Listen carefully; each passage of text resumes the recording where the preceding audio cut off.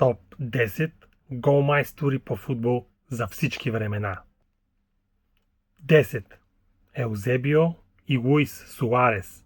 Единия португалец, другия от Уругвай. По различни данни имат около 610-620 гола. 9. Герд Мюлер.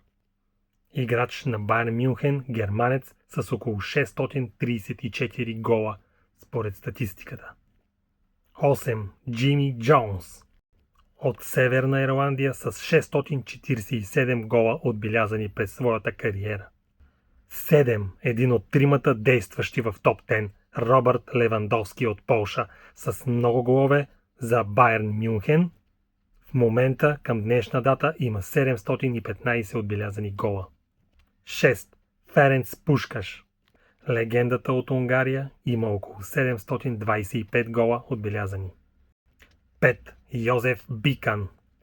Играч на Чехословакия и Австрия, както и на Славия Прага. Различни данни има за него, но детайлна проверка показва, че те са между 730 и 800 гола. Ромарио.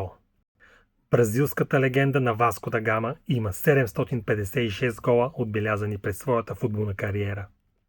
Пеле, макар и той да твърди, че има над 1000 гола, истински документираните му професионални голове са 762. Номер 2. Аржентинската легенда, която също все още играе футбол и към ден днешен Лионел Меси. Топ голмайсторът на Аржентина към момента има 924 гола. Номер 1. Все още играещият легендарен португалски футболист, легенда на Реал Мадрид, на Манчестър Юнайтед, Кристиано Роналдо.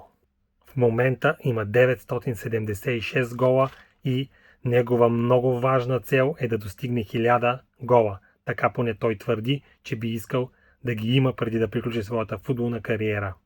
Благодаря.